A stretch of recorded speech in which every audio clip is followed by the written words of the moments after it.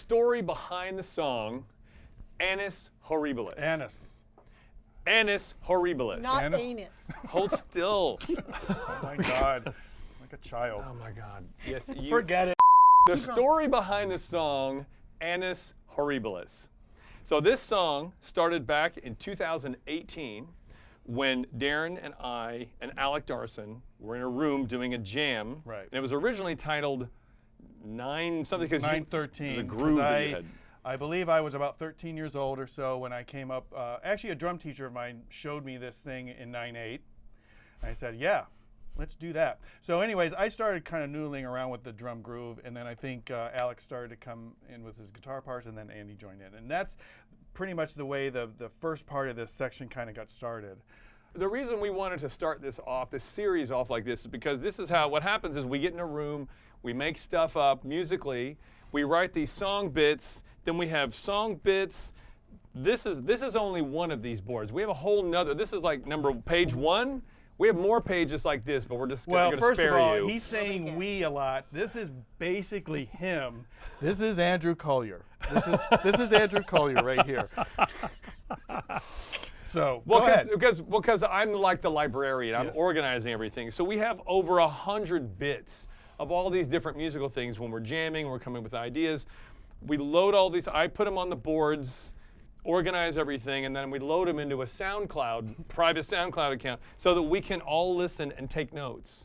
And then at a certain point we go, hey, this was cool, and I think the words from this song could go with that biddly bit, and then that goes over here to this thing, and it winds up being this giant Frankenstein kind of jigsaw puzzle, the way we wind up assembling all these things. So I have to choose my words very carefully here, but I think it's safe to say that some of us have been in a low-grade depression of sorts since 2016 around. And these lyrics sort of reflect that, and arguments on social media, and people wearing hats that offend some people, that champion other people.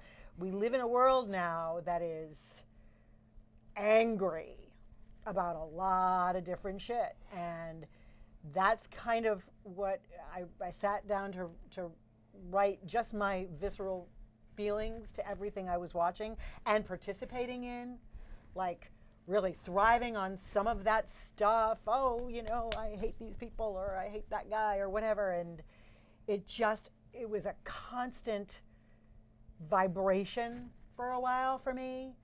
And it came out in times like these of vice, like dying, like bombs. That's kind of where that first verse, anger like an aphrodisiac. I totally was subscribing to that whole kind of tidal wave that was taking us through election cycles, and then the pandemic, and then Russia and Ukraine and everything that's going on. And there were mass shootings and George Floyd, and there were a lot of Supreme things. Court overturning years of precedents. No problem here. So that all came pouring out in this song. Anger like an aphrodisiac, I struggle, no escape.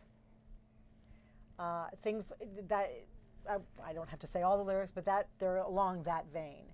And the music was a great compliment to it, because the opening chord when the vocal comes in is like a lot of people with the prettiest scream you've ever heard, and we hold out that chord. It's really dissonant, but it is a right out of the gate, out of the wonderful riff the guys came up with.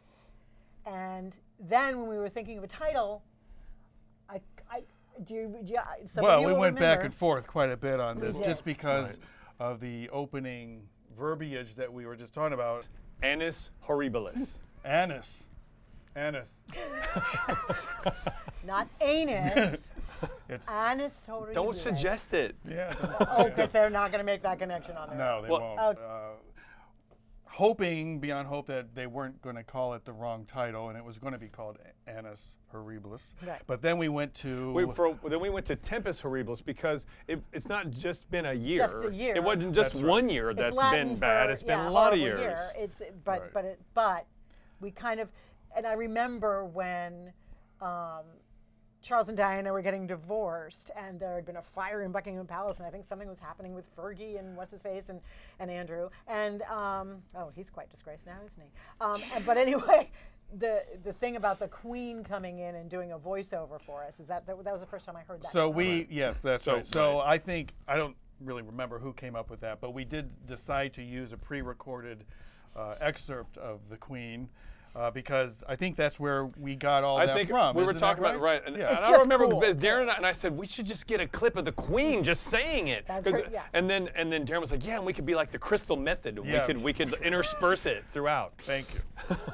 So we ended up capturing a quote of hers, and then we kind of interspersed it through different sections of the song. So it's a different departure for us. We've never really done anything like that. No. It's really cool.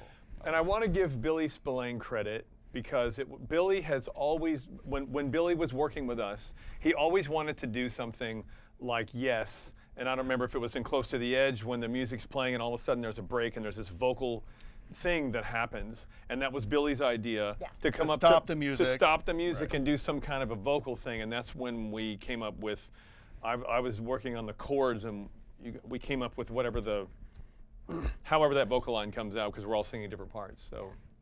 So for this album, as we've mentioned in other videos, some of the songs are shorter, more traditional pop rock format, and some are kind of the more progressive format where we just take you on a journey. This is obviously one of those songs where it's more progressive, taking you on a journey, because the first half is this groove in 9.